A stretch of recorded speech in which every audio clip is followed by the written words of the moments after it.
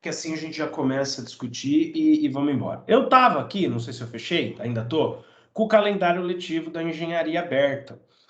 Pelo que eu vi, o técnico termina aqui dia 4, mas vocês ainda têm até o dia 14, na segunda-feira que vem. Então, pelo que eu estou vendo, nós teríamos a aula de hoje, da semana que vem, que a gente faz a revisão final, tá? Já está no YouTube, já mandei o link para vocês da mesma aula que eu dei o ano passado, mas vou preparar ela de novo. É bom que refresca, às vezes muda um jeitinho de explicar uma coisinha ou outra, né? A gente faz no dia 19, a semana que vem, a revisão final. Aqui no dia 26 a gente se reúne. O que eu vou fazer? Vou dividir vocês e cada um vai me explicar um pedaço do que eu expliquei na revisão final, tá? Porque a matéria é muito extensa, muito longa e muito confusa. Na revisão final, a gente vai costurando tudo que foi explicado até agora, tá? E aí vai ficar mais claro para vocês, mais enxuto, e a gente divide, cada um me explica um pedaço, claro que é para estudar a aula inteira, já resumi o semestre em uma aula, então é para estudar a aula inteira, porque eu vou sair fazendo pergunta, por exemplo, você falou um dado tema, eu vou te fazer perguntas de outro tema, e por aí vai, tá? Isso no dia 26. Eu espero que todos vocês façam um resuminho do que vocês vão falar, do jeito de vocês, pode ser uma estrutura de tópicos, pode ser bem curto, e me mandem, que eu vou ter que avaliar esse resuminho também. Que é que eu queria que valesse 40% da nota, não posso. Porque tá no remoto, tem que ser no máximo 30%, tá? Então vai ser 30 o boca a boca aqui, o oral, né, a discussão no encontro mesmo, e o resuminho de vocês mais 10, para totalizar os 40. Aqui no dia 2 eu vou dar um artigo, não vou mandar vocês lerem o artigo inteiro, mas pelo menos um parágrafo para cada um, vou sortear da mesma maneira, cada um me explica o parágrafo desse artigo, tá? Para vocês treinarem aí, fazer uma leitura mais difícil, em inglês e tal, mas é um parágrafo só, no máximo 2 parágrafos. A gente faz a discussão, então, da revisão final, que vai ser dia 19, no dia 26, certo? Como eu já estava ali no meu programa, né? Só oficializando agora, mudou os dias, porque acho que o semestre foi cortado, né? Assim como do técnico, e aqui no dia 2 a gente faz a discussão do artigo. E nesse meio tempo, eu também vou disponibilizar, já vou, se possivelmente disponibilizar hoje, um link no Google Forms, que agora vocês já vão ter visto a matéria toda, para vocês responderem perguntas sobre a disciplina. Eu aconselho vocês fazerem todas as atividades depois do dia 19, tá? Depois da aula da semana que vem, que vai ser uma revisão final. Se alguém quiser adiantar, o link da revisão final que eu dei para o pessoal no semestre passado já está lá no nosso grupo de WhatsApp, tá? Então você pode assistir aquela aula. Fui extremamente coerente, muito do que eu perguntei nesse questionário do Google Forms eu falei ali na aula. Claro, tem umas coisinhas a mais, tem, né, que dar uma cobradinha aí, mas nada absurdo. Então, vão ser assim, 30% questionário no Google Forms, perguntas lá de múltipla escolha sobre a revisão final, discussão sobre a revisão final, 30%, o resumo que vocês fizerem para essa divisão, 10%, já totalizou 70%, e a discussão do artigo mais 30%, que vai dar os nossos 100 pontos finais aí da disciplina. Tá bom, pessoal? Acho que podemos combinar assim? Se vocês puderem me responder aí no chat, vocês estão de acordo, ou mesmo lá no grupo, eu agradeço, tá? Vocês estão me ouvindo? Tá ok? Podemos começar a nossa última aula antes da revisão? Podemos fazer desse jeito? Soniela falou que combinado, beleza? Beleza? Então, pessoal, beleza. Vai ser bem tranquilo. Vocês perguntarem para o pessoal que fez o semestre passado, não teve nada incoerente, nada de absurdo, né? Eu fui ajudando o pessoal na discussão, mas vocês têm que estudar pelo menos a aula de revisão final para que eu tenha no que ajudar vocês na discussão, né? Senão também fica complicado. Claro que não vou ferrar a vida de ninguém na disciplina optativa, né? Eu acho que, né, se fosse uma disciplina obrigatória, a gente tem que dar uma cobradinha maior, até para o bem de vocês, mas na optativa não tem sentido. Agora, vocês precisam aí chegar daqui 2 semanas com pelo menos a parte de vocês aí bem estudada, com o resto também, que eu vou fazer perguntas, e aí a gente vai fazendo como se fosse um bate-bola mesmo, né? Oral, e acho que vai dar tudo certo. Acho que vocês não terão grandes problemas. Só o Google Forms que não tem jeito, que aí a nota que vocês tirarem lá é a que eu vou colocar, tá bom? É a que eu vou André. lançar no cigarro. Pode falar, Matheus. Só que sua voz vai aparecer, eu tô gravando a aula já, sem problema? Não, sem problema. Beleza. No caso, vai ser tudo, né, vai disponibilizado para a gente enviar para você via SIGA? Não, então, não vai precisar enviar nada via SIGA, porque o resumo que vocês fizerem pode ser à mão, pode ser uma foto. Vocês podem mandar, me manda no e-mail, ou pode ser até no SIGA, se vocês preferirem que eu monte lá, eu faço lá. Mas tirando o resumo, a gente vai ter 2 atividades orais e uma resposta no Google Forms. Já é tipo o questionário do SIGA, você marca lá, dá um ok no fim, já aparece quanto você tirou lá dos 30 pontos. Então, assim, o que possibilitaria, o que possivelmente seria enviado via SIGA, seria, vamos dizer assim, essa estrutura de tópicos aí da discussão oral que a gente vai fazer. E eu só vou fazer ela porque o regulamento me obriga. Eu, por mim, faria discussão da revisão final, 40%. Discussão dos parágrafos que eu vou selecionar do artigo, 30%. E questionário no Google Forms mais 30, totalizando 100, mas eu não posso. Na modalidade remoto, cada atividade separada não pode passar 30%. Eu falei, o que eu vou fazer? O que eu vou inventar mais para avaliar esses meninos numa disciplina optativa? Quer dizer, você tenta facilitar, porque nós estamos no remoto e a disciplina é optativa, e o sistema, né, o regulamento te obriga a dificultar, te obriga a dar um número maior de atividades. Claro, eu entendo quem pensou no regulamento, pensou no professor Carrasco, né? Mas eu não vou fazer isso em disciplina optativa. Não tem sentido, né? Se fosse uma disciplina, como eu falei, se fosse uma disciplina obrigatória, a gente dá uma cobradinha maior para o bem de vocês. Mas na optativa, não. E aí, você é obrigado a dar mais. Então, eu tive que improvisar esses 10. Entendeu? Então, vocês podem fazer no computador, à mão mesmo, na estrutura de tópico, tira foto. Se for mais de uma página, aí eu não sei como é que vocês vão fazer, mas eu acho que não vai ser mais de uma página. Em uma página vocês fazem um resumo mais ou menos do que vocês falaram, do que a gente discutiu. De repente, até durante você falar uma coisa errada e eu te corrigir, você coloca lá o que eu te corrigi, eu te dou uma notinha maior. E aí eu posso criar lá uma tarefa no Siga para vocês enviarem essa aí. Mas por mim, vocês podem enviar no meu e-mail. Eu mando lá no grupo de WhatsApp o meu Gmail mesmo, que como é que fala?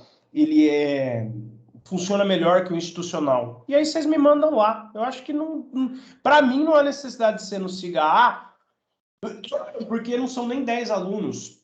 E aí no meu e-mail eu consigo controlar. Com as turmas de técnico integrado, que são 30 pessoas, eu faço lá. E aí, quando o pessoal está apertado, eu abro uma exceção para, né, mandar valendo um pouquinho menos quando perde o prazo no meu e-mail. Porque se todo mundo me manda no e-mail, eu fico doido. Agora, aqui pelo que eu estou vendo, são 8 pessoas que estão aqui na aula hoje. E na lista, eu acho que são 10, 9. Então, não tem muito erro. Mas eu posso, se vocês acharem que é mais garantido, abrir a tarefa lá no Cigar para vocês me enviarem vamos dizer assim, essa foto da estrutura de tópicos que você fez para vir me apresentar, a sua parte do conteúdo que eu falei na revisão final. Mas por mim, vocês podem mandar no e-mail mesmo, não tem erro não, tá? É só realmente para quebrar, para a gente quebrar aí em 4 atividades, 3 de 30% e uma de 10%, porque eu não posso dar uma de 40%, que eu acho que seria o mais coerente, né, com a disciplina. Tipo, vamos dizer assim, a discussão oral do conteúdo, do resumo do conteúdo, eu acho que tem que ser o que vale mais, tem que ter um peso maior, mas não pode. Não pode passar os 30%. Então, eu quebrei assim para atender o regulamento. Realmente só para atender o regulamento. Enfim, foi até uma recomendação do Rufino, né, que é o coordenador do curso. O Rufino me mandou áudio no WhatsApp contando. Sim, os temas eu vou sortear, mas vou sortear antes, viu, Matheus? Não é surpresa, não. Ah, chega aqui e fala tal coisa. Você vai poder estudar especificamente aquele seu tema, né? Mas eu quero que você estude a aula de revisão toda, porque eu vou fazer perguntas dos outros. Mas, claro que eu não vou fazer surpresa, não. Vou sortear antes. E aí a gente já vai saber. De repente eu faço isso até essa semana mesmo. Faço o sorteio, mandar até o vídeo, sorteando ao vivo ali, vou atribuir um número para cada um, faço sorteador online. Eu não sei se vocês assistiram o debate da eleição de diretor, para os docentes, que eu que estava conduzindo, e aí eu usei aquele sorteador online. Eu acho que até a Sara, que fez para os discentes, fez o mesmo esquema que eu fiz também, não lembro direito. Eu assisti só uma parte do dela. Bom, enfim, vamos começar porque a gente está aí quase no fim do semestre, temos poucas aulas e a gente tem que terminar, né? Já compartilhei a tela, pelo visto vocês estão me ouvindo, vocês estão respondendo, já está gravando e hoje é a aula final. Eu estou usando fundo preto porque eu reparei que tem ficado mais bonito no digital, né? Principalmente se é escrita à mão. Essas aulas aqui de impedância complexa e coisa e tal, né? Ficaram comparando com a aula do ano passado. Cadê elas? Tá mais para baixo aqui. Comparando com a do ano passado, elas ficaram mais legais, tal, fica um pouco mais limpo o slide, chama um pouco mais a atenção, parece até que a letra fica melhor, né? Mas aí hoje era muita coisa para mudar. Eu falei assim, não, a gente tem que, né, tem que dar um gásinho aí, tem que terminar. Já vimos tipo de polarização. A aula do Natal foi até aqui, né? Da semana do Natal, quase no dia do Natal. foi até aqui. Então, a gente, a semana passada, viu isso aqui, os fatores que influenciam na permissividade de polímeros e cerâmicas. A gente teve que montar uma discussão para que primeiro vocês entendessem. Vou ligar o ventilador, porque agora esquentou aqui.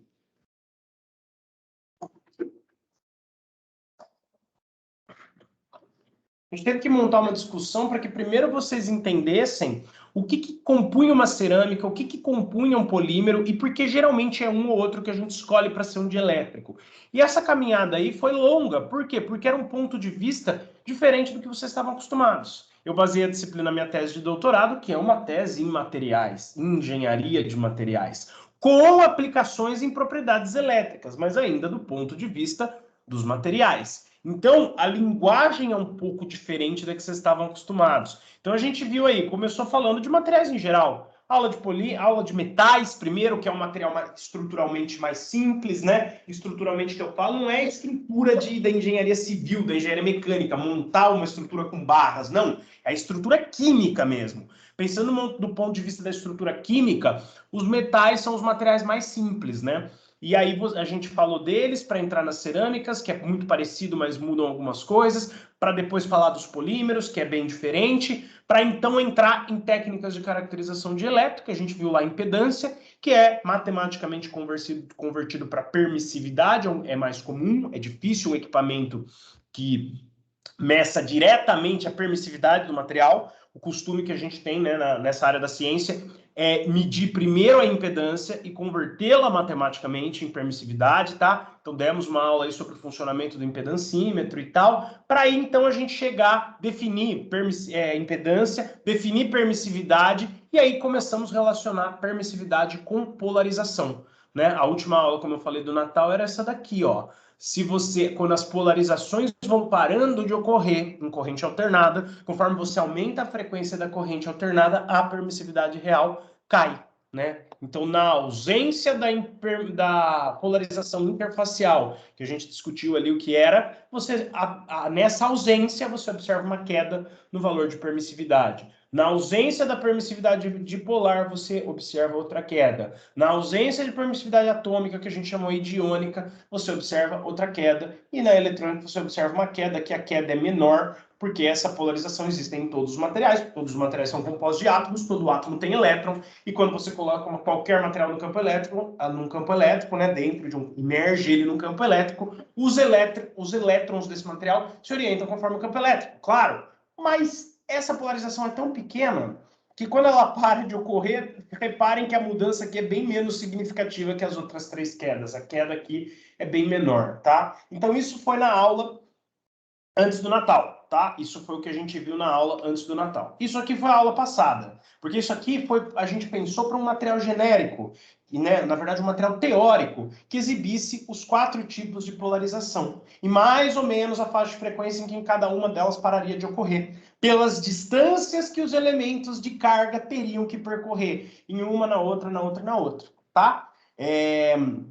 Então, quer dizer, interfacial são longas distâncias, então em frequências assim moderadas, de corrente alternada, né, realinhamentos de campos não tão rápidos, ela já para de ocorrer, porque ela precisaria, né, vamos dizer assim, basicamente um realinhamento de campo muito lento, porque a distância a percorrer é grande. Então, se eu realinhar o campo já numa velocidade moderada, ou seja, numa frequência moderada dessa troca aí, né, dessa inversão de polaridade, ele já não dá conta de polarizar na outra direção. Porque não sei se ficou claro essa ideia, mas você vai imergir o seu material ali num campo elétrico, né? Então você sabe melhor que eu que, por convenção, você tem uma placa carregada positivamente, uma placa carregada negativamente. Mas está falando do capacitor, André? Não, estou falando de um experimento mental, tá? Onde você vai ter essa definição mais básica de campo elétrico, que sai da placa carregada positivamente e entra na placa carregada negativamente. Definição mais simples, definição de ensino médio de campo elétrico.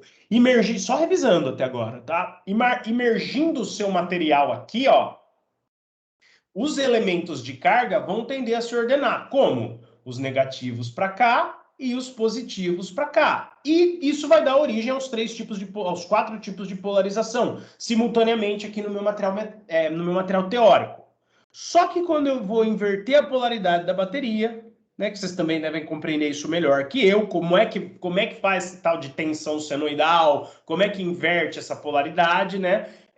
Aí vai mudar também a direção do campo externo aplicado. Isso vai obrigar aqueles elementos de carga internos que estavam ali dentro, isso vai obrigá-los a fazer o quê? A se realinharem. Agora o menos vai ter que vir para cá e o mais vai ter que vir para cá. Isso aqui leva tempo, claro, ainda mais se for no material inteiro assim, né? Claro que a gente sabe que não é. São em grãos e contornos de grão, ou então pela movimentação molecular, ou pela movimentação de íons, ou pela movimentação de nuvem eletrônica. Claro, no fim da história, muito dessas duas também é movimentação de nuvem eletrônica, mas que uma induz a outra, uma induz a outra, uma induz a outra, e você acaba tendo aí vamos dizer assim, acaba sendo percorrida pelos elementos de carga no saldo uma distância maior. Então, quer dizer, essa inversão de campo não pode ser muito rápida quando os elementos de carga precisam, para trocar a posição, né, para trocar a polarização de direção, quando eles precisam percorrer longas distâncias. Por quê? Se for rápido, eles não dão conta, então eles não polarizam mais, eles vão se embaralhar ali no meio, vão perder a polaridade. Como é que você observaria matematicamente essa perda de polaridade? Por uma queda na permissividade real, no E', no ε'L'. Tá, mas você não pode medir isso diretamente. Não, você vai medir em cada situação, você mediria a impedância para converter e tal, né? Só que você também não tem um material teórico onde acontece as quatro. O que você tem, você costuma ter, são materiais reais, e quando você faz o gráfico, ele tem uma queda só, que geralmente você vai atribuir aí vamos dizer assim, ao deixar de acontecer, né? E aqui frequência. Ao deixar de acontecer de um ou mais tipo de polarização. Geralmente é uma queda só no gráfico prático, tá? Mas aqui a gente separou como se fosse possível observar exatamente a frequência em que essa para de ocorrer, em que essa para de ocorrer, em que essa outra para de ocorrer e que essa outra para de ocorrer. Tá, isso aqui seria um material teórico onde acontece as quatro. No material prático, você observa uma queda só e tem que ali discutir qual polarização que parou de ocorrer. Mas antes de sair discutindo qual polarização que parou de ocorrer, você tem que saber qual polarização que ocorre naquele tipo de material. E aí, essa discussão deu origem à nossa aula da semana passada. Fatores que influenciam na permissividade de polímeros. Então, a gente começou a raciocinar juntos o que pode acontecer no polímero. Ele vai ser amorfo, totalmente desorganizado, ou semicristalino, tá? Eu não vou entrar nessa discussão, porque aqui ela está muito detalhada, né? E a gente já fez isso na aula passada e o vídeo já está no YouTube, tá? Agora, o que a gente concluiu no final da discussão, a nossa conclusão foi que, né, falamos aí bastante coisas, apresentamos as diferentes fases do PVDF, mas isso aqui que é importante. Ó, avaliar somente a cristalinidade, ou seja, se o polímero é inteiro, se as moléculas dele, né, ao longo de toda a massa polimérica, se elas estão todas desorganizadas, ou se o polímero tem regiões com moléculas organizadas, regiões com moléculas desorganizadas, só isso não adianta. Mas a gente concluiu que precisa ter organização, mas não pela organização das moléculas em si, mas pelos dois fatores. Ó. O polímero, para polarizar, precisa ter grupos laterais que gerem polarização espontânea. Meio que ele não se encaixa em nenhum daqueles quatro. Por quê? Porque a polarização espontânea de um grupo lateral, igual a gente viu de um grupamento fluor aí, que puxa os elétrons para ele, é polarização eletrônica, a rigor. Mas ela é um pouco mais forte do que a gente chamou naquele gráfico de polarização eletrônica. Porque ela é uma polarização espontânea. Pi realmente representa um momento de dipolo, uma concentração de elétron naquele elemento ali muito eletronegativo. No caso aqui o par fluor, né, que a gente fez aí duas representações. Essa, vamos dizer assim, mais realista, entre aspas, e essa de baixo um pouco mais didática, representando o par fluor, ambos, por essa bolota vermelha, tá? E aí, pessoal, a gente viu que esses grupos laterais não adianta também só eles existirem. Eles precisam estar alinhados. Então, para que a gente saiba se eles vão estar alinhados ou não, você só vai saber isso na parte cristalina, na parte organizada do polímero, porque a amorfa é aleatória. Então, você precisa de duas coisas. Não adianta só ter um polímero organizado e só um polímero com grupos laterais polares. Você precisa ter um polímero com grupos laterais polares que na parte organizada, né, vamos dizer assim, um polímero com grupos laterais polares e na parte organizada, esses grupos laterais estarem todos do mesmo lado, né, em relação ao plano da cadeia principal. Então, quer dizer, não adianta nada você ter um polímero, com as moléculas todas organizadinhas, todas não tem como, mas polímero com várias regiões organizadas, tem as moléculas desorganizadas aqui em volta, tá? E a gente já viu que a morfologia não é bem essa, não são só dois macarrãozinhos assim, forma um troço tipo um pompom de torcida, mas não vem ao caso agora, tá? Não adianta nada ser só organizado, ou então ter só o grupo lateral polar. Né? Estou dizendo, essa bolota aqui é um grupo lateral polar, tá vendo? Que tem aqui no polímero. Não adianta só as coisas separadas. Meio que você precisaria ter uma soma das duas coisas. O que você precisa ter, então? Você precisa ter polímero organizado e precisa que os grupos laterais fiquem todos do mesmo lado em relação ao plano da cadeia principal. Porque aí você vai ter o quê? Ficou feio ali de baixo, hein? Mas não tem problema, não. Você vai ter o quê? Puxamento, né, de elétrons aqui para cima e o não puxamento deles para baixo, tá? Vai ter, na verdade, isso aqui, né? Como se fosse aí realmente uma polarização ao longo de todos as cadeias. Quer dizer, não é puxamento o termo correto, tá? Vamos dizer assim, é deslocamento da nuvem eletrônica para as regiões mais eletronegativas, para os grupos laterais polares, né? Ou então deslocamento das nuvens eletrônicas para a região dos grupos laterais polares, ou simplesmente polarização espontânea nesses grupos laterais, tá? É isso que vai acontecer. Então não adianta só ter a polarização espontânea ou só o polímero estar organizado. Você tem que ter uma junção dos dois, para garantir que esses grupos que apresentam polarização espontânea estejam aí de um único lado da cadeia polimérica. A cerâmica já encaixa em dois daqueles critérios. Alguns tipos de estrutura cristalina, como por exemplo a estrutura da perovskita, apresentam polarização iônica. Pequenos deslocamentos dos íons nessa estrutura. Eu não pus o desenho aqui? Não pus. Falha minha, hein? Foi na aula de polarização que o desenho tá, mas ele tá aqui também, ó. Ele tá aqui também. Na estrutura do tipo perovskita, essa polarização aqui acontece, ó. Aliás, é um titanato de bário, isso aqui é uma perovskita. Aqui a estrutura cristalina dela sem esse deslocamento. Na presença de um campo elétrico, o íon titânio se desloca um pouquinho em relação ali aos oxigênios. E isso também já gera polarização iônica, tá? Então não é só a perovskita, eu trouxe ela porque, vamos dizer assim, ela é a mais famosa. Ela é a estrelinha em termos de polarização espontânea. Em vez de usar o titanato de bário, a gente discutiu essa estrutura cristalina, do jeito mais genérico, a BO3 e tal. Ali era o BaTiO3 no slide branco ali, que é com fundo branco que eu acabei de mostrar. E no meu doutorado eu usei o titanato de cobre, o CuTiO3. Mas ele tinha um porém. A cada 4 cobres, né, um terço era sódio ou cálcio ou bismuto. Não faz sentido isso, André. Tá bom. Então, vamos multiplicar tudo isso aqui por 3. Então, a cada 12 cobres, 3 não seriam cobre. Um deles seria sódio, um deles seria cálcio e o outro deles bismuto. Isso de maneira aleatória. Não que a organização fosse aleatória. Os átomos são organizados. A cerâmica e metal, átomos são organizados. Polímero pode ser uma coisa ou outra. Metal e cerâmica organizado. Tá? Então, assim, a distribuição de sódio, cálcio e bismuto, substituindo algumas posições cobre, ela é aleatória. E pelo tamanho dele ser próximo, isso não impede que essa cerâmica, quando está sólida, tenha essa estrutura cristalina, ou seja, esse padrão de organização.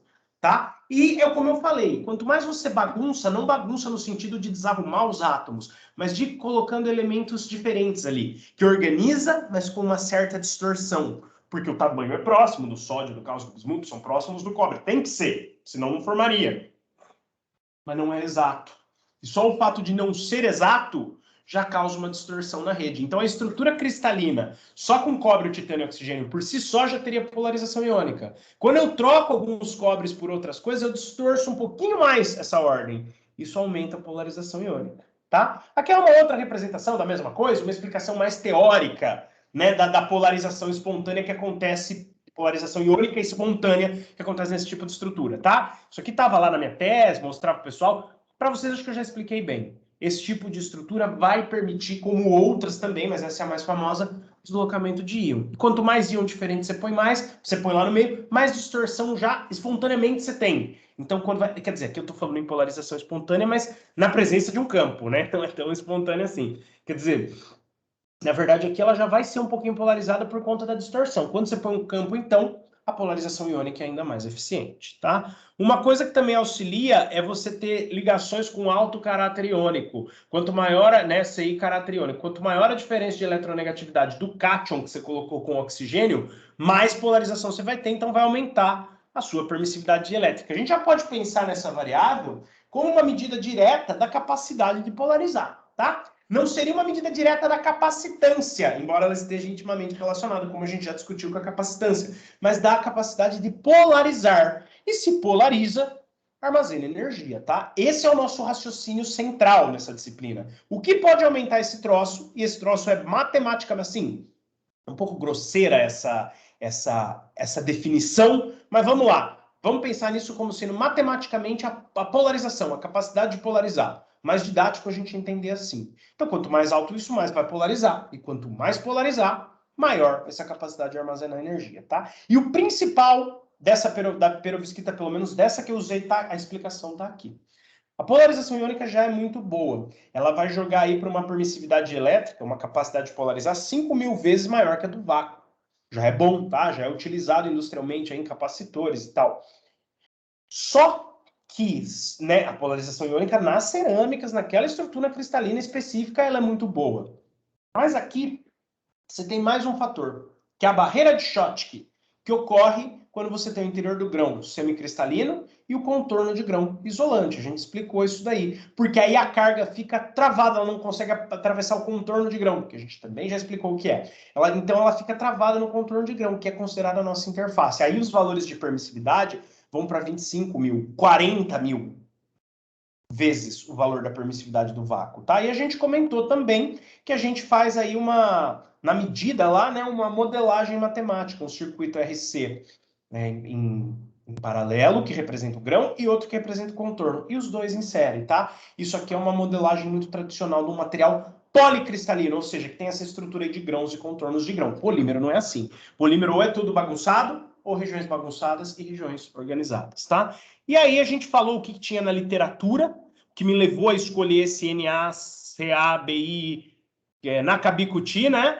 Enfim, o NCBCTO, o que me levou a escolher isso aí lá em 2017, 2018, quando eu defendi o doutorado. Eu fiz uma aula para o pessoal do semestre passado só trazendo atualizações. Se você pensar em perovskita, não mudou muita coisa, tá? Continua sendo bom titanato de bário e as variantes dele, aí no caso titanato de cobre com alguns dopantes. Mas tem umas novidades aí, que eu vi o semestre passado, que infelizmente não vai dar tempo de eu trazer para vocês. Outras abordagens, não mais com cerâmica perovskita, onde você conseguir uma capacitância alta também. Talvez eu fale brevemente a semana que vem na revisão final, tá? Mas não vai dar uma aula só de coisas, atualizações na literatura, como eu fiz com eles. A gente perdeu aí muito tempo, né? Deu até uma aula assíncrona num feriado que tá gravada lá, que eu falei, não sei o que de polímero a gente já viu, não sei se viu, tá lá no YouTube, não sei se vocês assistiram, tá? Mas eu falei bastante como que é a estrutura do polímero no estado sólido, que parece um pompom de líder de torcida, parte organizada, que ela vai crescendo em lamelas, cada lamela é como se fosse um fio do pompom e tal, enfim. Não vem o caso isso agora. Você saber que o polímero está organizado já é suficiente para a discussão teórica que a gente vai ter aqui. E aí a gente resumiu, assim como resumiu o polímero, resumiu também a cerâmica, né? Falamos que a gente tem na estrutura perovskita polarização iônica e que os dopantes podem ampliar esse efeito, porque já vão causar uma distorção prévia ali, já vão causar uma polarização espontânea. E o mais importante, que não está escrito aqui no slide, ó, do contorno de grão, mas está escrito aqui, ó, que é a barreira de Schottky, tá? No contorno de grão. Então, quando você tem um interior semicondutor, contorno isolante, as cargas vão se concentrar na interface. Tem uma coisa ali que eu não falei, não sei se eu falei a semana passada. Se eu não falei a semana passada, fala agora. Ó. O ideal é que você tenha contornos finos e grãos pequenos para causar essa barreira de Schottky. Claro, maior superfície de contato, né? Se os grãos forem finos, a interface vai ser bem pequenininha, vai concentrar bastante carga ali, né? Muito fino também não seria legal, porque pode induzir, pode até fechar um circuito aí e conduzir. Mas enfim, razoavelmente finos. Mas o mais importante é que os grãos sejam pequenos. Quanto menores eles forem, maior superfície de contato, ou seja, maior área de interface, tá? Acho que a gente fez uma discussão disso sim, se eu não me engano. E aqui são os motivos, os critérios na literatura que levaram a escolher esse material. Porque ou você tinha material muito caro ou material tóxico, tá? Chumbo e tal. Lantanídeo, que é material mais raro, enfim. E aí vamos entrar aqui na aula de hoje, finalmente, definição de materiais supercapacitores. Voltei para o slide, claro, porque eu falei, a gente está atrasado aí, né? Não estamos numa correria aí de o período nosso, apesar do ano estar começando, né?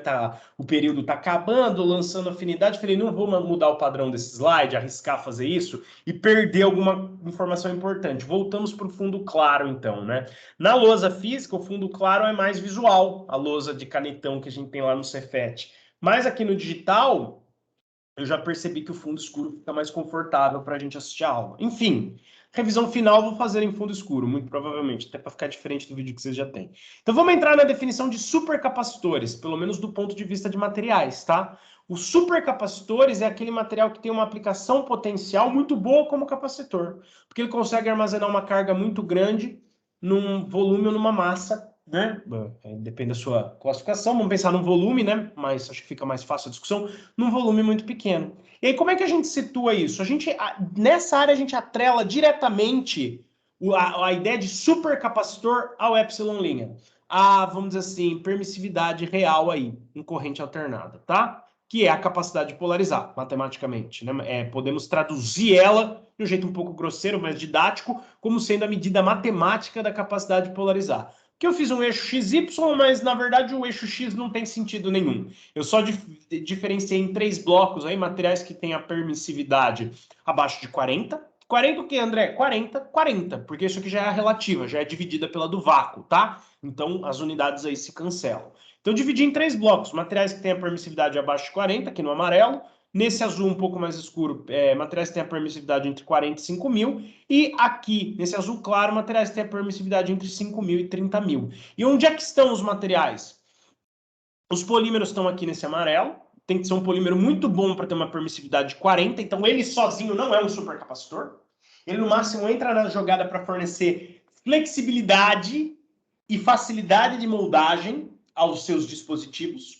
Não pela propriedade de elétrica, mas pelas propriedades mecânicas dele, de flexibilidade e, no caso, facilidade de moldagem é mais propriedade térmica, mas enfim, tá? Ele entra aí por outras propriedades, porque ele mesmo não é um bonde elétrico. As cerâmicas, em geral, já começam a ser, tá? E o titanato de bário ou titanato de cobre, perdão, poderia ser considerado aqui uma cerâmica em geral, mas já está bem perto ali dos 5 mil, tá? Então vamos posicionar ele aqui. BaTiO3, titanato de bário. Já é um material muito utilizado como dielétrico para capacitor. Mas eu ainda não colocaria eles nos supercapacitores, que estariam acima de 5 mil. Não sei se tem algo abaixo de 30 mil, 40 mil. Eu pus aqui até o 30 mil, mas pode ir mais longe, tá? E eu posicionaria as perovskitas em geral aqui. Não necessariamente todas, tá? Mas principalmente essas variações do titanato de bário. Tem aqui as referências de onde eu tirei cada um desses materiais, né? Aqui você colocar um cálcio, a cada 4 cobres, um deles é substituído por um cálcio. Ou então a cada 9... Cada 9 não, né? A cada 12... 9 são cobre mesmo e 3 são substituídos, um por sódio, um por cálcio, um por bismuto. É isso mesmo? Ou eu estou falando bobagem? Eu estou fazendo aí a conta de cabeça, pode estar errada. Vamos dizer assim, se eu normalizasse essa fórmula aqui, ela ficaria multiplicar por 3, né? Então, para eliminar as frações, na KB Q9, T 12, O 3 vezes 12, 36, certo? Multipliquei todo mundo por 4. Não, por 3. 9, 12, 36. É isso mesmo. Então tá certo, ó. A cada 12 cobres, 9 seriam cobre de fato e 3 deles aleatoriamente ali daqueles 9, daquele montinho, seriam substituídos. Claro que isso aí é igual se fazer uma mistura, né? Dissolver água no açúcar. Você vai falar assim, cada molécula de água eu tenho, sei lá, tantas de açúcar, mas isso aí é aleatório lá no meio. Você pode fazer uma média, né? E aí fazer a concentração, que é isso que essa fórmula representa, tá? E ali a gente faz um terço para ficar o menor possível, mas ainda assim ela está bem quebrada. Eu, pessoalmente, representaria essa fórmula assim, ó, sem fração, que ela ainda está AbO3, ó. O A tem 12, o cátion A, que é o Na, K, Bi e o Q tem 12, soma aí. O Ti tem 12 também, e o O tem 36, 3 vezes mais. Então é AbO3, é a perovskita ainda, ó. AbO3. Mas, enfim, a literatura representa com as frações, então deixa elas. Aí eu vou ter que apagar aí o desenho, porque vai entrar mais uma animação, né? Nessa faixa aí, deixa só o titanato de bário ali embaixo. Naquela faixa ali de 20 mil, 25 mil a 40 mil, é que entra o supercapacitor. Que na literatura vocês vão ver também o termo high K. Tá vendo? Ó, supercapacitor ou high K, quer dizer, alto K, né? Então aqui tá o Bá. Ali foi o outro em verde, ali foi só para fazer a conta. Então eu realmente não precisa repetir ele. Para ver se eu não estava falando de cabeça, falando bobeira, né? Melhor conferir. Então, quer dizer, ainda mais que vai para o YouTube. Então, quer dizer, você tem ali Não que muita gente, além de vocês, vá assistir, né? Mas vai estar lá público, então vai que, né? Então, ali naquela faixa de 20 mil, 30 mil, 40 mil, sem unidade, porque 20 mil, 30 mil, 40 mil vezes a permissividade do vácuo é o que a gente tem, os materiais que a gente chama na literatura de supercapacitores. Eu não gosto muito dessa definição. Vocês que são de elétrica saberão dizer se eu estou enganado ou não. Mas quando você usa o termo capacitor, me dá a sensação do dispositivo e não do material que vai ser aplicado nesse dispositivo. Então, eu não gosto muito desse termo supercapacitor, mas o pessoal falava, está na minha tese, o pessoal de materiais fala, então ok. Eu falaria superdielétrico ou High-K. High-K é quem tem alta permissividade dielétrica, então ele é um superdielétrico. Mas, se vocês ouvirem o termo capacitor, ele está se referindo à aplicação daquele material como um dielétrico num capacitor, e não ao dispositivo capacitor, tá? Só para ficar mais simples aí. Aí, se eu escrever tudo de novo, tô achando que eu não vou nem por preguiça, mas por tempo, tá? Olha só. Por que High-K, né? Vou escrever tudo de novo, vai. Não custa nada. Então, vamos definir de novo High-K. Vai com fundo claro mesmo. Não, vamos, já que a gente apagou, né? Vamos fazer mais bonitinho. Vai ficar mais bonitinho com fundo escuro. Então, já que a gente apagou, vamos definir aí, ó. Então, o nosso High-K. O que é um High-K? High-K é um material, por definição, que tem o alto K. Mas quem seria o K? O K é um outro modo de você chamar a permissividade, tá? A permissividade dielétrica. Vou mudar a cor aqui. Vou colocar um cor de rosa, vai ficar mais bonitinho nesse fundo escuro aqui do que o vermelho, né? O vermelho fica meio chamativo, fica meio gritante aí, sei lá. Então, o alto K é quem? É quem tem a alta permissividade real. A gente definiu aqui, ó, como sendo epsilon estrela, né, o epsilon asterisco, como sendo a permissividade complexa, tá? Que não era nem a real, nem a imaginária. Era um número complexo, lá você tinha as duas. Complexo não, né? Complexa. Permissividade complexa. A gente definiu epsilon' como sendo a permissividade real. Essa sim, uma comparação direta com a capacidade de polarizar, tá? E o epsilon duas linhas como sendo a permissividade imaginária ou a perda de elétrica, tá? Ou a perda de elétrica, que seria quem atrapalharia a gente aí nessa ideia de armazenar energia, poderia ser relacionado tanto com perda, dissipação em forma de calor ou até condução, tá? Na verdade, o epsilon estrela é uma junção das duas, parte real aqui e parte imaginária, né? Vai dar o complexo. Outra letra muito utilizada para representar essas mesmas coisas é a letra grega kappa, que eu desenhei ela para o pessoal do ano passado mais ou menos assim. Pode colocar estrela aqui ou não, eu gosto de colocar estrela, né? Na verdade o asterisco no complexo, e aqui no real uma linha só, e aqui no imaginário uma linha só.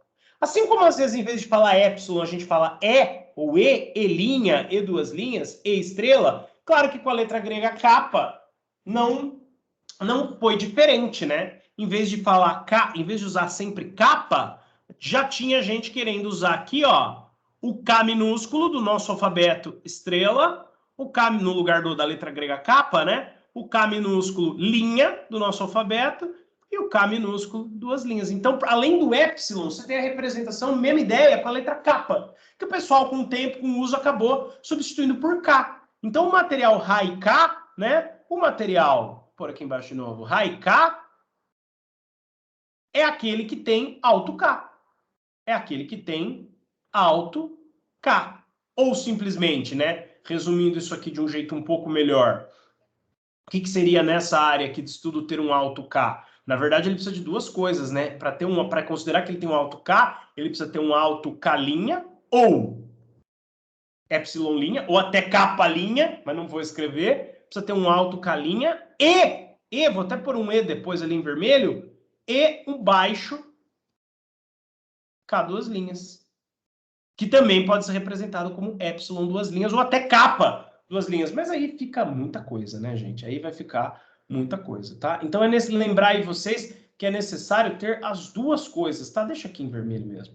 Ele precisa, então, High-K é o que tem alto K. Alto K', e automaticamente também é o que tem um baixo K duas linhas, sendo o K' um sinônimo aí para o epsilon' e o K duas linhas um sinônimo aí para o epsilon duas linhas, podendo ser usado até a letra grega kappa, tá? Deixa eu ver se eu não esqueci nenhuma observação importante nesse slide. Onde é que está aqui? Área de trabalho, disciplinas 2021. Materiais de elétricos, primeiro semestre. Vou ver se eu não esqueci, porque às vezes eu esqueci alguma observação importante, eu já ponho já, né? Eu fui escrevendo aí de cabeça o que era um Haikai, né? Não preparei a cola, tá? Aqui ficou um pouco mais complexo, ó. Para ficar claro ali, né? Então, o Haikai, na verdade, tem o alto K, que pode ser traduzido como alto K linha e baixo K duas linhas. Aqui esse de hoje ficou até melhor.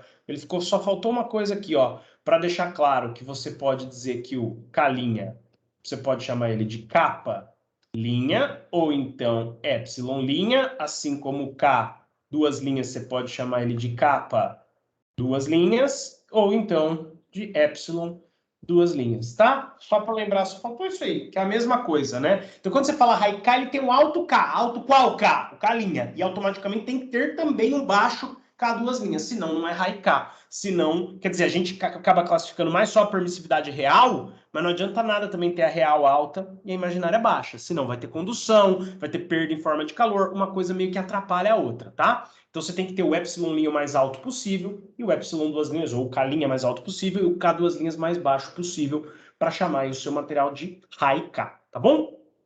Beleza? Então é isso. Você usa a letra que você quiser, mas o significado é o mesmo. Então quando você ouvir Haikai, é um alto epsilon linha, tá? Não é um alto K, seria um alto epsilon linha. E automaticamente no pacote já tem que vir aí com baixo epsilon duas linhas, senão não vai dar legal, tá? Vamos entrar rapidamente na discussão sobre materiais compósitos, porque a gente não pode perder muito tempo falando em compósitos. Então, eu vou falar bem por cima, para depois a gente falar de materiais compostos supercapacitores. Deixa eu ver só se a mensagem está no cigar, aqui eu já li. Aqui eu já li, então beleza. Então, vamos falar aí rapidamente de materiais compostos. Compósitos é quando você faz a mistura física, né, de dois ou mais materiais que combinados formam um novo material, tá? Você aí não vai fazer um terceiro material, por exemplo, fundindo um polímero e uma cerâmica, fazendo com que os dois reajam. A ideia não é eles reagirem, e provavelmente isso nem seria possível. Você vai fazer um compósito de polímero cerâmica, vou falar do polímero cerâmica, que é o que eu estou mais acostumado, fundindo o polímero para dispersar nele durante a fusão, durante o processamento. Infelizmente, a gente não teve tempo aqui de abordar processamento, mas é como se fosse uma mistura, processamento de polímeros como se fosse uma batedeirona lá do plástico fundido, que é como se fosse uma meleca, e você vai dispersar naquela meleca. Não é bem igual a batedeira, tá? Mas é um pouco diferente, mas vai ter um movimento ali naquele polímero fundido, naquela melecona, de modo a dispersar as partículas cerâmicas ali no meio. O polímero fundiu, mas não houve reação dele com a cerâmica. Houve só uma mistura física. Você só fundiu ele para facilitar ali a dispersão das partículas cerâmicas ali no meio dele, tá? E a ideia é justamente fazer só uma mistura física para que se mantenham as propriedades dos dois. Porque às vezes você precisa de um material, de uma propriedade de um material para uma coisa, de outro para outra, que nem nos capacitores que a gente falou. Preciso do Haikai da cerâmica com a flexibilidade e a facilidade de moldagem do polímero. Assim eu faço o componente ali do capacitor no formato que eu quiser e ainda flexível, tá? Só que como são junções de duas ou mais classes de materiais, a gente falou em 3 classes de materiais aí, análise combinatória, né? 3 combinados 2 a 2, se eu não me engano, dá 3 também, né? Não vou fazer, tá?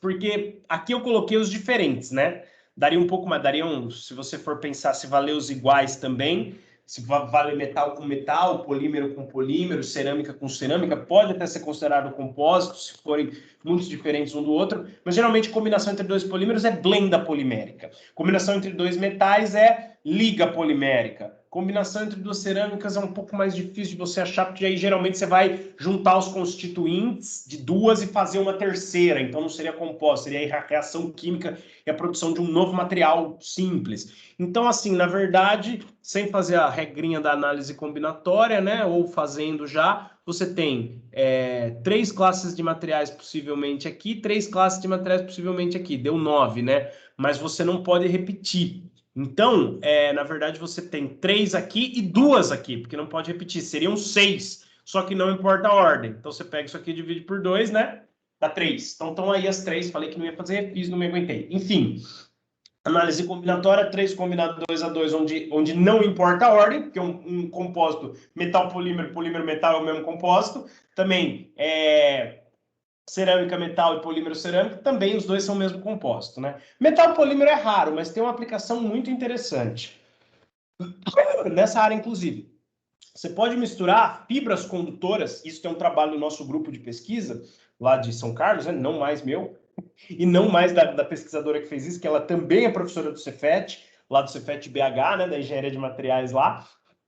O doutorado dela inspirou o meu, e o dela foi o seguinte, ela colocou nanofibra de cobre, ou seja, uma partícula condutora, no polímero PVDF, só que sem encostar, sem que essas nanopartículas, essas nanofibras tivessem contato. Como elas não tinham contato, tinha uma camada fina de dielétrico entre uma e outra, e elas funcionavam, essa junção das fibras funcionava como se fosse uma rede de mini capacitores, tá? Esse é um desenho aqui representativo, como se fossem vários capacitorzinhos, um do lado do outro, e aí você conseguiu um material com uma propriedade extremamente, com uma resposta aí capacitiva muito boa, tá? Você tem uma camadinha fina de dielétrico, que é o polímero entre as duas fibras, cada fibra é como se fosse a placa de um capacitor, e cada ponto onde uma fibra vai encostar na outra é um capacitorzinho. Cada ponto onde uma fibra vai encostar na outra é um capacitorzinho. Então é como se você tivesse uma rede de mini capacitores ao longo de um material. Seu material se torna um excelente dielétrico, porque ele tem, o que ele tem ali? Interface de acúmulo de carga. Não a carga vai percorrer a nanofibra de cobre, mas não vai percorrer o polímero. Polímero é isolante. Quando você tem um polímero, ou no máximo um dielétrico, mas continua não conduzindo. Quando você tem ali a junção de duas fibras, ou a quase junção, na verdade, que é o que interessa, você tem uma pequena interface onde acumula carga, polarização interfacial. Existem outras, tá? Obviamente eu fui tendencioso e trouxe essa aí, né? Cerâmica mais metal, também pode ser feito cerâmica mais metal. Por exemplo, concreto com vigas de aço para construção civil. Não é bem um material compósito, porque ele não vem da indústria pronto, é quem vai fazer a obra que vai fazer ali na hora, né? Mas ele pode ser explicado aí mecanicamente, fisicamente, com a mesma aplicação de um compósito. Como você tem as fibras aí de cobre no meio do polímero, você teria os vergalhões de metal ali no meio do concreto, tá? E o que interessa mais para a gente aqui, por isso que já está até destacado, é polímero com cerâmica, tá? Um material muito tradicional é PP com talco. Às vezes vocês colocam uma cerâmica só como carga de enchimento, talco natural, material barato, um carbonato de cálcio, uma coisa assim que tem uma boa interação com o polímero e deixa ele com mais volume, gasta menos plástico. Às vezes o mineral, né, pode até ser mais barato que o polímero. Ou então, para reforçar mesmo, PP com talco super tradicional, o talco pode melhorar resistência mecânica do polímero e tal, claro, perde-se em flexibilidade, mas ganha-se em outras coisas, às vezes vale a pena. Quando você mistura duas classes de materiais, você vai ter o material A e o material B. A princípio, o material A é matriz, que ele vai estar em maior quantidade, e o material B é fase dispersa. Se você fizer um gráfico, eixo Y, propriedade do material, eixo X, a quantidade, pensando aí na concentração do material B, então quer dizer, você está aumentando para cá, ó. Aqui você tem 0 de material B, então material puro, 10% de material B, 20%, 30%, 40%, 50%. Ah, aqui já mudou, né? Daqui para frente já seria o material B, a matriz, e o material A, a fase dispersa. Mas, só para a gente dar uma olhada aí, você pode ter a aditividade de propriedades. Você ter realmente uma linha reta aí, ó, que é basicamente uma média ponderada dos seus materiais. Se a propriedade desse puro é isso aqui e a propriedade desse outro puro é isso aqui, se você fizer a média ponderada pela quantidade, você vai achar essa reta aqui, tá? É a regra de mistura que a gente chama essa questão aí, tá bom? A gente chama isso aí de regra de mistura. Quer dizer, você tem lá assim uma dada propriedade P, ela vai ser igual, a propriedade do compósito vai ser igual à propriedade do material A, vezes o quê? A concentração volumétrica de material A mais a propriedade do material B vezes a concentração volumétrica de material B, que seria 1 menos a fração volumétrica de A, né? Então, quer dizer, isso aqui é uma média ponderada, onde os pesos são média entre as duas propriedades, onde o peso é a quantidade aí volumétrica de cada fase A e fase B, tá? Então você pode ter isso aqui é chamado aditividade, ou regra de mistura. Você aumenta aí linearmente e tem comportamentos intermediários entre o comportamento A e o comportamento B, dependendo da quantidade. Isso é bom? Isso é ótimo. Mas quando tem compatibilidade, quando eles ainda têm uma boa interação, pode melhorar muito. Tem gente que chama isso aqui também de sinergia. Os dois juntos são melhores que cada um individual. Individualmente, né? um seria... aqui não chega a ser uma sinergia, porque o B sozinho ainda é melhor. Mas já melhorou muito em relação à regra de mistura. Já está mais alto aqui também, tá? Ou você pode ter incompatibilidade, que piora, né? Ele desce aqui em alguns pontos abaixo do A e em todos os pontos ele fica abaixo do B. Então, quer dizer, quando você vai fazer um compósito, tem várias aí definições químicas mesmo de interação entre um e outro que vai explicar esse comportamento, mas você pode esperar em um desses três comportamentos, né? Ou uma compatibilidade maior, ou uma compatibilidade que intermediária entre ela e a aditividade, ou uma outra que intermediária, uma incompatibilidade um pouquinho só abaixo da aditividade, ou uma incompatibilidade maior. Isso é o que você pode encontrar no seu compósito. No caso das propriedades dielétricas aí, do material cerâmico com polímero, você chega bem perto do polímero, mas já está melhorando muito.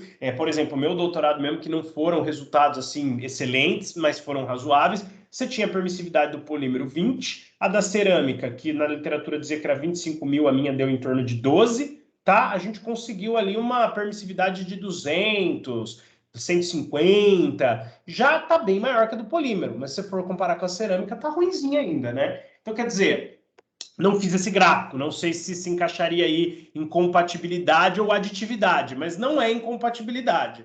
Pelo menos assim, talvez desse um gráfico mais próximo disso, por estar muito próximo. Mas não está menor que o do polímero puro, está maior. Então já é uma incompatibilidade, vamos dizer assim, menos pior que essa do exemplo, tá? E isso é comum, isso pode acontecer nos compostos, você esperar uma coisa boa dar uma coisa ruim, ou então você esperar a aditividade dar uma coisa melhor, né?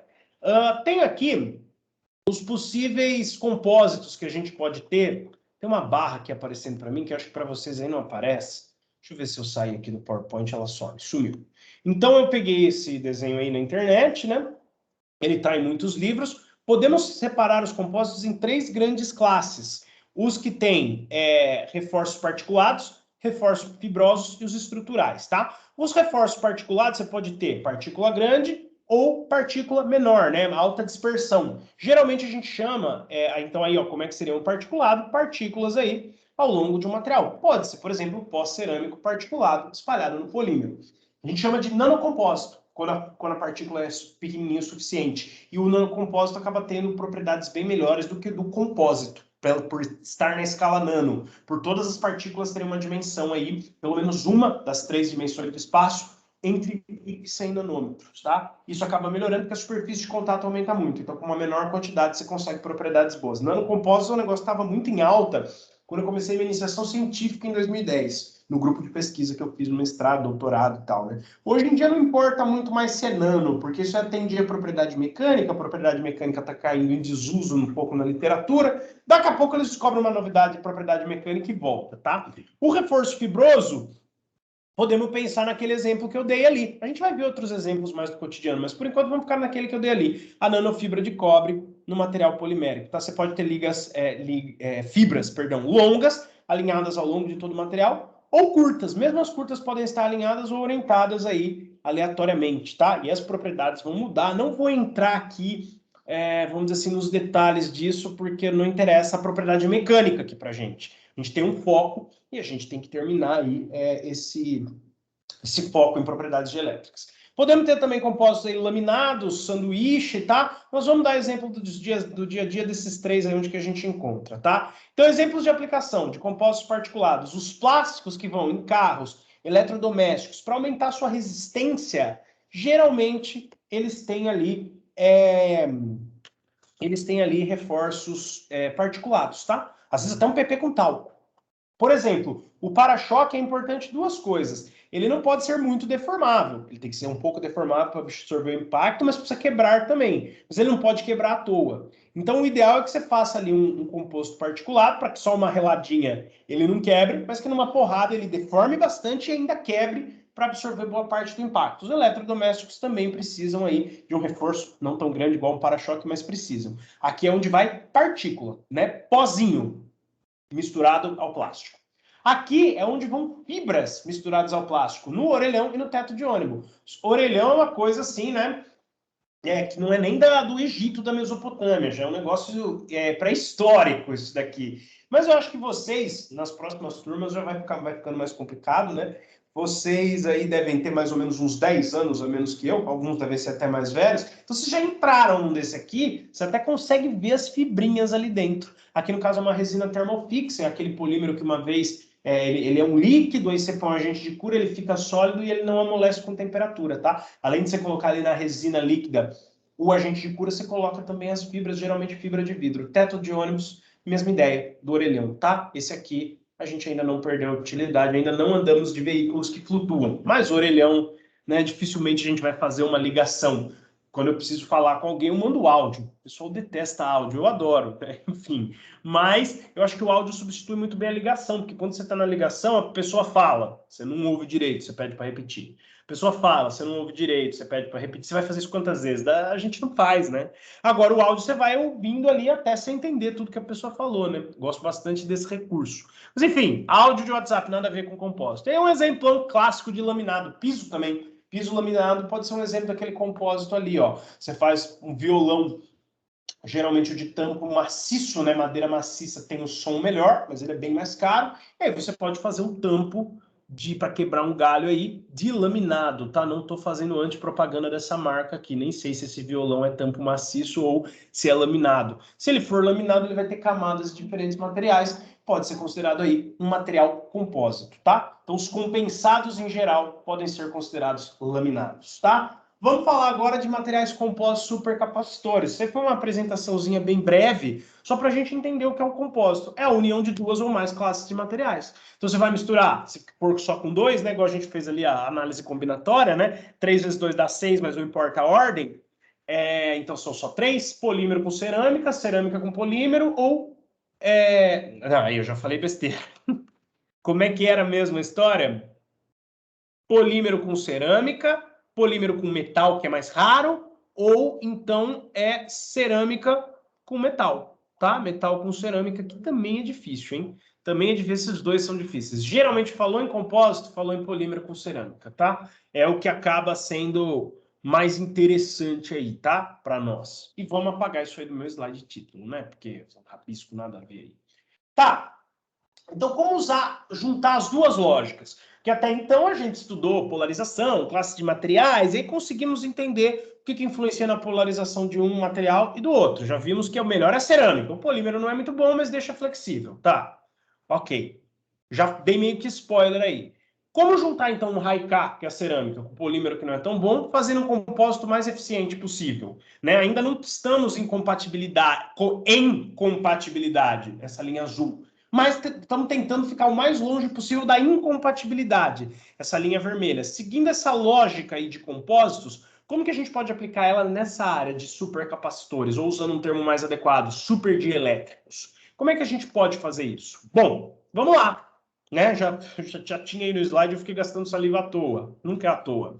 Como utilizar compósitos poliméricos na aplicação em supercapacitores? Bom, primeira coisa que você tem que fazer é estudar as características dos materiais. Quais que você quer usar para compósito? Isso a gente já fez, tá ticadinho em verde ali. O outro tico eu esqueci de pôr animação, mas ok. Já estudamos as características, inclusive de metais, tá? Estudamos aí polímeros, estudamos cerâmicas e fizemos uma breve explicação sobre compósitos aí. Vimos que o negócio mesmo é mais polímero com cerâmica no dia a dia. Volta aí, ó. Compensado, você tem, eu não falei muito o que é, também não tenho um grande conhecimento disso aí, mas aqui, ó, polímero com cerâmica, no dia a dia, polímero com cerâmica, tanto particulado quanto fibroso. Então, já estudamos as características de polímeros e cerâmicas, então podemos colocar um check aí, certo? Já estudamos mecanismos de polarização presentes nos mesmos, já falamos que o polímero precisa do quê? Grupo lateral com polarização espontânea e grupo lateral todos na mesma direção. Cerâmica, as boas vão ser que tem a polarização iônica forte e combinada com uma polarização interfacial. Já fizemos essas coisas, já estudamos polímero e cerâmica e já estudamos o mecanismo de polarização presente tanto nos polímeros quanto nas cerâmicas, certo? Aí falta, e é a intenção desse final de aula de hoje, como deveria ser a estrutura final desses compostos. Eu vou pegar lá o polímero e a cerâmica misturar de qualquer jeito e falar, tá pronto o compósito? Basicamente, sim, quando você faz experimentalmente. Mas existe uma lógica que você tem que seguir, que você tem que defender na sua tese, no seu artigo, não sei o quê, para falar, ó, eu escolhi misturar desse jeito porque eu queria obter tal coisa. E se for uma aplicação na indústria ainda, já tem que ter um embasamento científico grande para falar, ó, aqui o cara conseguiu o resultado tal, tal e tal, vamos ver se dá certo na prática, chegando nessa mesma estrutura final. E quando eu falo estrutura final, não, tem a ver ainda com a estrutura química, mas não é mais a estrutura química, qual ligação química está presente ali. Não, não é isso. Se for um composto particulado, como que essas partículas vão estar distribuídas no polímero? Se for um composto fibroso, igual a gente falou ali, a fibra vai estar toda orientadinha, toda alinhadinha, ou vai estar distribuída aleatoriamente? E como que eu chego nisso? Se eu quiser, por exemplo, for um composto fibroso, eu quero que ela fique toda alinhada, ou então eu quero que ela fique aleatória. Como que eu faço isso aí? É o que a gente vai discutir brevemente, tá? Agora. Deixa eu apagar essa coisa aqui. Deixa eu ver quanto é que falta. Faltam alguns slides aí, mas eu acho que dá para a gente discutir aí. São 6h37 ainda. Dá para a gente ir em frente. Bom, tipos de compósitos, então, supercapacitores. Existem duas abordagens possíveis na literatura. Podemos ter uma ideia de uma terceira, mas eu não consegui. Eu fui na minha tese para uma dessas duas abordagens. A primeira abordagem mais tradicional é juntar um dielétrico com um dielétrico. DD é um que não conduz com um que não conduz. Cerâmica com polímero, óbvio, eu não estou falando disso à toa, tá? Então você vai juntar o polímero com a partícula dielétrica, que geralmente vai ser uma cerâmica, e um exemplo disso é o PVDF com titanato de bário. Qual que é a lógica dessa abordagem? Eu apaguei os desenhos ali para refazê-los. Você tem aqui o seu capacitor, tá? Simplificação a representação mais simples possível, representação ali de ensino médio, tá? Capacitorzinho de placas paralelas, e aqui no meio você tem o seu compósito, que é o seu dielétrico. O que vai estar rolando aqui no seu dielétrico, aqui no seu compósito? Você tem as partículas, poderiam ser fibras, tá? Mas como eu fiz com partículas, vou falar de partículas, vamos dizer que sejam partículas. Você tem as partículas dielétricas e as próprias partículas dielétricas atuam como se fossem mini capacitores. Elas não vão conduzir, ela não tem aí uma propriedade condutora. Então, o ideal aqui é que você tenha contato entre essas partículas, porque são mini capacitores aí, mas se juntar não vai conduzir. Vocês já vão ver, já dei spoiler, vocês devem estar imaginando, o que vai acontecer na outra carga lá, na carga condutora, que nós vamos fazer aqui do lado direito. Então, busca-se o contato. O ideal é contato, ó. Então, o ideal é que se tenha o contato entre as partículas ali do meio, tá? Porque elas são só partículas dielétricas, elas não vão conduzir. Pelo contrário, se elas se tocarem, já tendo polarização interfacial, vai ser mais fácil, dentro de um campo, induzir a polarização interfacial na vizinha. E se a outra também estiver tocando uma vizinha, vai ser mais fácil induzir a polarização interfacial na vizinha. Vai ser mais fácil induzir a polarização interfacial na vizinha. E por aí vai. Entendeu? Então, aqui o ideal é contato.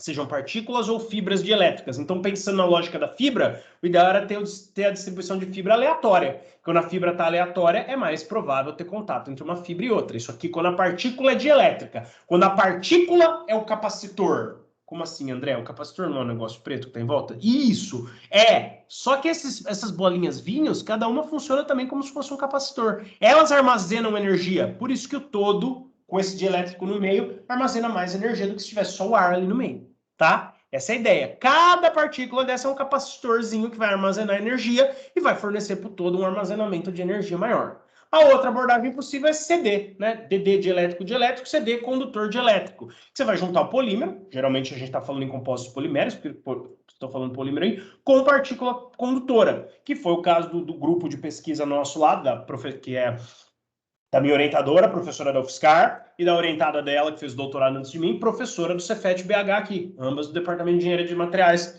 das duas instituições, né? Então, quer dizer, no trabalho da professora do Cefet, orientado pela professora da UFSCar, né? A gente observou isso aí, ela publicou inclusive na melhor revista da nossa área, que é a Polymer, a gente observou essa junção aí do PVDF com nanofibras de cobre, certo? Então, aqui o ideal é o contrário. Não vou fazer a representação com fibra, só para ficar um pouco aí mais claro, o ideal aqui é que você não tenha contato. Por quê? Porque se você tiver contato entre essas partículas, você vai ter aí uma condução. Porque aqui as partículas são condutoras. Então, é que aqui não parece que tem contato, né? Vamos pôr mais partícula no meio aqui, para dar a ideia que tem o contato. Ó. Aqui vamos fazer da mesma cor. Da mesma cor é ruim, porque parece que é a mesma partícula. Vamos fazer azul. Então, aqui, ó, nas partículas condutoras, o ideal é que você não tenha contato, porque se tiver contato, vai conduzir, e você não quer fazer isso. Então, aqui o ideal é não ter contato, não pode ter contato, tá? Entre as partículas. Porque aí segue aquela lógica que eu já expliquei, mas vou repetir. Aqui é como se aqui a própria partícula dielétrica já é o dielétrico, já é o capacitor, entre aspas. Aqui é como se cada partícula fosse as placas de um mini capacitor e o polímero entre elas é o dielétrico. Então a camada fina de polímero que tem entre essa partícula e essa partícula, o PowerPoint nem deixou eu fazer, entre essa partícula e essa partícula, entre essa partícula e essa partícula, entre essa partícula e essa partícula, a camada fina de polímero é como se fosse o dielétrico. Então, o polímero vai formar interface entre duas partículas condutoras, não deixando a carga passar, aprisionando a carga, ou seja, causando polarização interfacial. Aqui é o contato, no lado esquerdo, dielétrico com dielétrico, é o contato entre as partículas que faz com que seja induzida a polarização interfacial de uma na outra. Ali do lado direito, o CD, é a falta de contato entre as partículas que a presença de um polímero ali que cria a polarização interfacial. Uma já tem polarização interfacial. Então, o ideal é que tenha contato para induzir no todo mais fácil. A outra não tem polarização interfacial, ela tem condução. Então, você precisa que elas fiquem próximas, mas não encostadas, para induzir ali uma interface e, portanto, uma polarização interfacial, tá? Essas são as duas abordagens possíveis. Então, olha só o que é que você tem. Você tem um dielétrico desse lado aqui, um dielétrico suporte. O polímero funciona como se fosse uma cola. E o dielétrico mesmo é a partícula. Então, pode encostar, você vai ali, está induzindo polarização interfacial de uma na outra. Aqui é diferente. Aqui você vai ter o dielétrico, que é o polímero, ele que vai estar ali no meio, ele que vai ser a interface para causar polarização interfacial, e o condutor, que obviamente não pode encostar, porque se encostar faz um caminho de condução, já era. Não é um dielétrico, é um condutor. Tá? E aí, ó, a gente traz a estrutura ideal do primeiro caso, que o segundo já é um pouco mais simples, basta não encostar, tá? Aqui seria o segundo caso. Olha o que acontece. Esse caminho que esse autor fez não é um caminho de condução, mas sim de polarização, tá? Ele falou em microvaristor, eu fui pesquisar o que era um varistor, e tem uma outra aplicação lá, vocês vão saber melhor do que eu, mas dá pra gente aplicar esse desenho e explicar a lógica do dielétrico da capacitância. Veja que aqui com 30% do volume de partículas numa matriz polimérica, partícula cerâmica, cada bolinha é uma partícula cerâmica que foi misturada no polímero, e ele até fez aqui as estruturas de grãos, contorninhos com uma cor mais clara, para dar ideia, polarização interfacial no contorno de grão, tá vendo? Você tem aí, numa presença de um campo elétrico, você já tem a polarização induzida em cada uma delas. Mas naquelas que se tocam, ela ajuda a induzir na vizinha. Então, quando você faz um caminho aqui, ó, ela polariza mais rápido. Quando você tem um volume maior ainda, você tem mais de um caminho, ou um caminho mais curto, e ela polariza ainda mais rápido, tá? E aqui ele mostra o caminho, um detalhe, né, passando a polarização de uma para outra através do contato. Ele mostra os gráficos também. A condutividade, infelizmente, também aumenta. Ele deve ter tido aquele problema de aumentar o epsilon linha e aumentar também o epsilon duas linhas. É um trabalho científico. Estamos no caminho, é sempre o caminho, né? Então, quer dizer, a condutividade, infelizmente, também aumentou com 60% de volume, né? Ela estourou, na verdade, num campo elétrico mais baixo. Agora, o importante é esse gráfico aqui, ó. Conforme você vê que a permissividade também aumenta muito, mesmo no valor de campo elétrico mais baixo para 60% de volume. Por quê? Infelizmente, você forma alguns caminhos de condução, mesmo não sendo condutora. A discussão que eu fiz ali era teórica. O ideal seria o contato, mas não. Se fosse uma partícula 100% de elétrica, sim. Mas na natureza nada é desse jeito, né? Infelizmente, a condutividade ainda aumenta e você tem que achar maneiras de driblar isso daí. Aumentar a permissividade sem aumentar muito a condutividade, tá? Se você olhar a ordem de grandeza também dos dois gráficos, você vai ver que esse resultado aqui realmente é bom. Então, quer dizer, com mais de 60% do volume, ele conseguiu vários caminhos de polarização, de induzir a polarização interfacial de uma partícula na outra. Porque é como se tivesse só uma particulona com vários grãos, ó. Olha aqui, é isso que ele quis dizer com esse desenho. Você tem uma interface, não um polímero no meio da outra, mas no encontro de uma com a outra é como se tivesse mais um contorno de grão aqui. Então, a indução da polarização... Nessa interface também se concentra muita carga. Você consegue uma permissividade, uma polarização muito mais alta, mesmo num campo menor, tá? Então, é um baita de um resultado bom. Então, a estrutura, fechando essa discussão, a estrutura ideal de um nanocompósito ou de um compósito supercapacitor é aquela quando você consegue concentrar o maior número possível de partículas no polímero. Se você separar o seu polímero como um retículo, uma estrutura quadriculada, só para dividir o espaço, você tem uma coisa tridimensional ali, você vai pegar uma região do espaço, para a gente compreender, a gente quadricula. Claro que vamos fazer análise aqui em 2D, mas já pensando no 3D. Se eu colocar duas partículas no meio, eu estou abaixo de uma coisa que a gente chama nessa área de limite de percolação.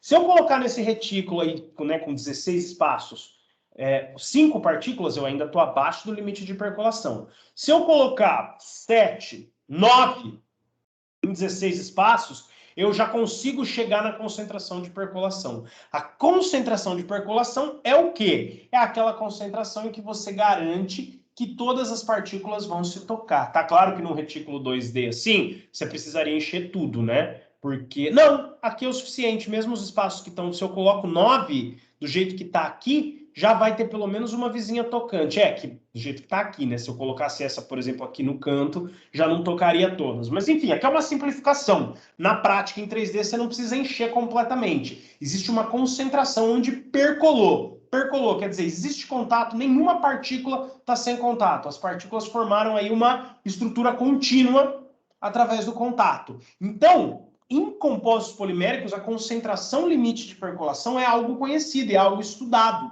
E aí a gente pode fechar essa discussão, voltando ali naquele primeiro slide, falando, ó, aí o ideal para o DD é que você trabalhe próximo ao limite de percolação, porque você precisa do contato para induzir polarização de uma partícula na outra. Para o CD, o ideal é que você trabalhe abaixo da percolação. Muito pouco, vai depender, claro, de cada sistema, mas falando teoricamente pouco, para que crie uma camada fina entre uma partícula e outra, uma camada fina de polímero, que é a interface, que é onde ocorre a polarização interfacial. Então aqui o polímero, no caso da carga condutora, o polímero vai ser a interface que vai entre uma partícula e outra, que vai concentrar carga.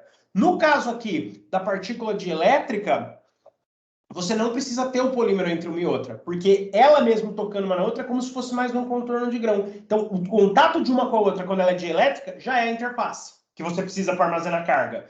Quando ela é condutora, o contato entre uma e outra seria uma interface condutora, não interessa. Então, você tem que pôr uma interface isolante ali no meio. Então, essa você trabalha abaixo do limite de percolação, ou seja, sem contato, para ficar uma camadinha de polímero e concentrar carga ali naquela interface que tem a camadinha de polímero no meio. Naquela outra, você trabalha no limite de percolação, causando contato para que cada contato ele funcione como um contorno de grão, como uma interface onde concentra carga. Então, aqui o contato concentra carga e polariza. Aqui o contato iria conduzir. Então, aqui você evita o contato para formar uma interface e polarizar. Aqui você induz o contato para ajudar a induzir aí a polarização de uma partícula na outra, tá?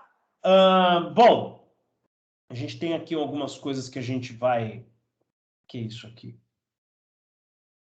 Acho que era da revisão final. Enfim, não olhei para o final desses slides, mas vamos lá, vai. Vamos terminar aqui a nossa discussão. E a influência do L sobre D? Se você tiver reforço aí fibroso, porque a gente explicou até agora entre particulado, falei, vou deixar o fibroso quieto. Para a gente encerrar, vamos falar do fibroso. Olha o que acontece aí, ó. Você tem o aumento do tamanho da fibra. Vamos pegar um só, vamos pegar a curva azul. Você tem 30% de fibra de perovskita, agora a perovskita não está em forma de pó, mas sim em forma de fibra. Sim, é possível fazer uma fibra do material cerâmico, é louco isso, mas dá para fazer, tá? Você tem a perovskita, faz até de vidro, né? Você tem a perovskita em forma de fibra, dispersa aí no polímero. Tem mais coisa no polímero, tá? Não, é só polímero, é nanowire, nanofibra. Pega o 30% que já vai te dar uma constante de elétrica. O físico aqui me mataria se visse esse termo, mataria os autores aqui também. Você tem uma permissividade elétrica já mais alta, no 30%. Quando você aumenta o tamanho da fibra, olha o que acontece com a sua permissividade.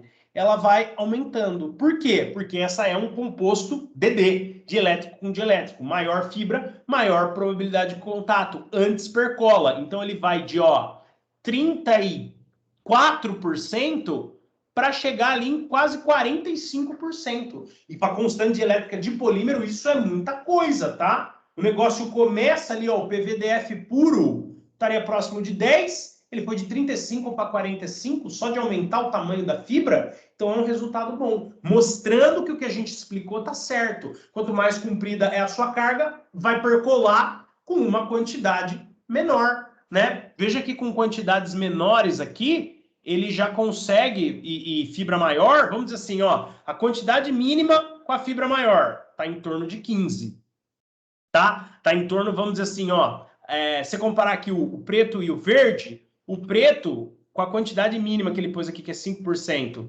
e com a fibra maior, você está em torno de 15, que é onde começa a outra curva, que é onde começa Olha aqui, para conseguir quase o mesmo resultado, vamos ver se está certo isso que eu estou falando ou se eu estou viajando aqui, ó. Para conseguir quase o mesmo resultado, mais ou menos, né? Mais ou menos aí. O mesmo resultado, uma constante elétrica aí ali seria o 17,5, 16. Com 20% perdão, 10% de fibra curta, ele consegue essa constante de elétrica de 16. Mas com a metade, 5% só de fibra longa, ele consegue a mesma permissividade. Então, a mesma propriedade com metade das fibras, só de aumentar o tamanho. Tá? Porque aumenta o contato, induz aí o contato, tá? Esse gráfico é muito completo, daria para a gente discutir mais coisa, mas a ideia é essa: fibras mais compridas, mais contato, polariza com mais facilidade, tá? Só tá aí para ilustrar isso. Então, pensando nos compósitos particulados, que foi o que eu fiz, é o que você acha mais na literatura. Fibroso é mais raro, porque não é simples fazer fibra cerâmica. O melhor compósito supercapacitor, pelo menos baseando nessa literatura aí de perovskita e cerâmica Haiká, tá? Como eu falei, tem umas novidades, mas infelizmente cortaram aí o fim do nosso semestre, não vai dar para a gente abordar. Mas pensando nessa lógica da perovskita, o melhor compósito supercapacitor seria uma de uma matriz com uma alta constante de elétrica, e polímeros como PVDF ou PVDF-TRFE, compostos baseados em PVDF, porque eles têm grupos laterais que formam polarização espontânea, como a gente já discutiu.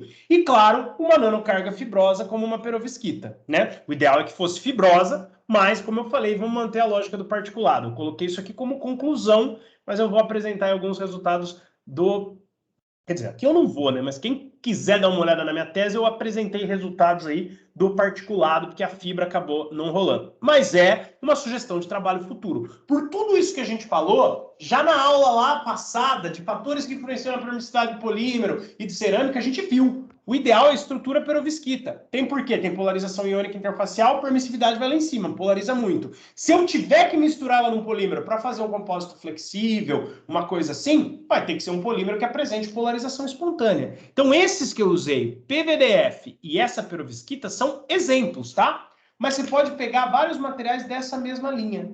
Perovskitas que tem barreira de Schottky, polarização interfacial e polarização iônica, e polímeros com grupo lateral que apresentam polarização espontânea, tá? Então aí polímeros com grupo... E lembra que na fase cristalina, todos os grupos que apresentam polarização espontânea têm que ficar do mesmo lado. Então esse desenho aqui representaria a posição que teriam que estar todas as moléculas da parte organizada do meu PVDF, tá? E lembra que a gente falou que o PVDF tem várias fases e tal, então a gente teria que dar um jeito. Não vou entrar aqui em processamento, mas seria um polímero aí com polarização espontânea e com todos os grupos laterais que têm essa polarização espontânea orientados na fase cristalina, tá? Então, se um dia vocês forem comprar um PVDF para esse tipo de aplicação, tem que ser o PVDF beta, tá? E aí uma cerâmica como a perovskita, que tem o quê? Polarização iônica e barreira de Schottky. Então, aqui na cerâmica, o importante não é íon, né? É ter a polarização iônica, uma estrutura cristalina que forneça a polarização iônica. A perovskita é um exemplo, mais a polarização interfacial, no caso aqui, interfacial com a barreira de Schottky, tá? Então, as duas aqui nessa, e aqui, grupos laterais com polarização espontânea. O ideal seria juntar esses dois para fazer fase beta em forma de fibra. Seria o ideal aí para fazer, tá? Pessoal, falta aí 5 minutos. Eu vou deixar para a aula que vem, que vai ser a revisão final. Antes de iniciar a revisão final, a gente já fala isso aqui e repete lá no fim também, tá? A gente vai comentar a importância de se utilizar uma matriz com alta permissividade. Isso é um ponto importante. Porque do jeito que a gente falou, que o polímero é só uma cola, você fala, então eu posso pôr qualquer polímero. Por que eu preciso pôr o PVDF? Já que a cerâmica, no caso da abordagem DD, a cerâmica faz tudo, o polímero é só uma cola. Na outra abordagem, ok, ele tem que ser dielétrico porque ele está entre as placas ali, entre as fibras condutoras, entre a placa do capacitor. Mas por que na abordagem DD eu também preciso que o polímero seja bom, já que ele é só uma cola? Não sei se vocês entenderam a pergunta. Vou voltar aqui, ó.